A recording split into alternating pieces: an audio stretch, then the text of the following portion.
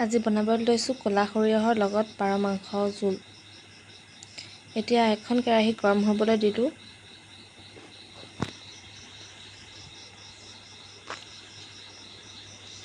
কেৰাহীখন গৰম হোৱাত ইয়াত অলপমান সৰিয়হৰ তেল দিছোঁ।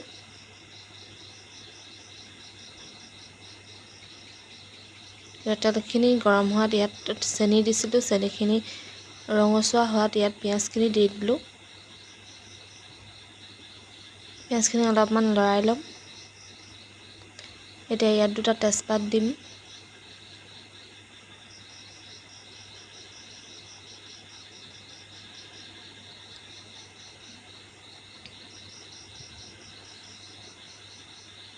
আদা নহৰু দি দিছোঁ আৰু এইখিনি এতিয়া ভালদৰে ভাজি ল'ম।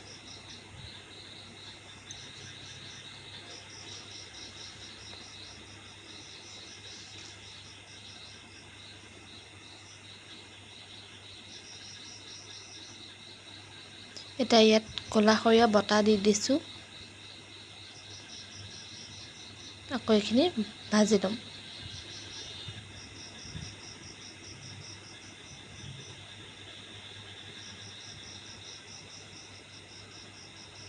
এতিয়া ইয়াত হালধি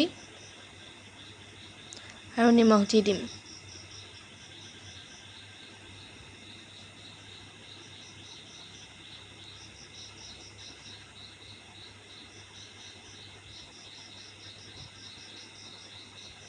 আৰু এইখিনি ভালদৰে ভাজি ল'ম।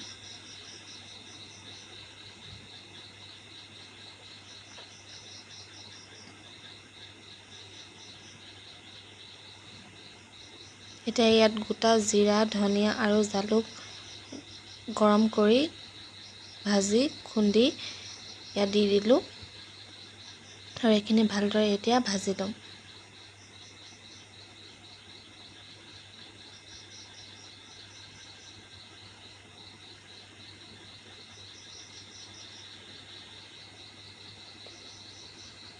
এইখিনি ভাজি হ'লত এতিয়া ইয়াত মাংসখিনি দি দিম।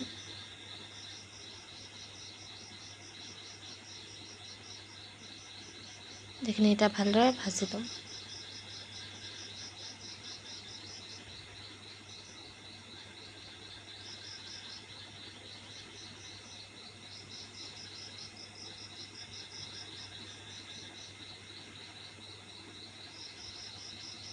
এতিয়া ইয়াত গোটা জলকীয়া দি দিছোঁ।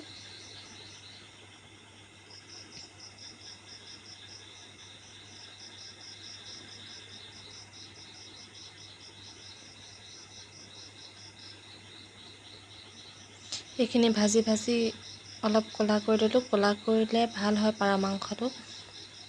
বেলেগ মাংস ইমান নাভাজিলেও হয়, কিন্তু পাৰ মাংসটো অলপ বেছিকৈ ভাজিব লাগে, তেতিয়াহে খাবলৈ ভাল হয়।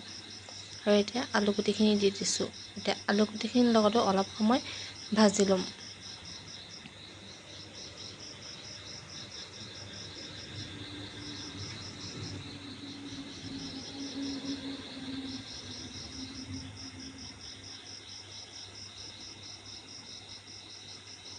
এয়া ভাজি আছোঁ।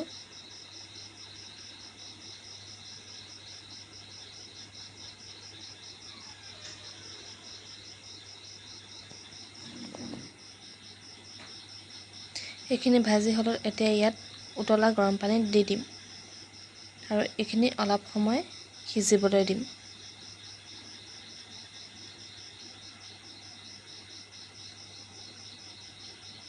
এয়া পানী দি দিলোঁ আৰু এতিয়া অলপ সময় সিজিবলৈ দিম।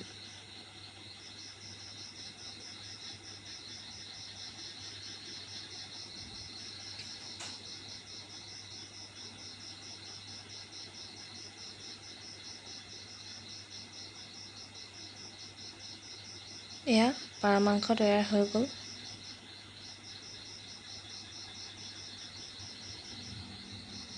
আপোনালোকে ট্ৰাই কৰি চাব।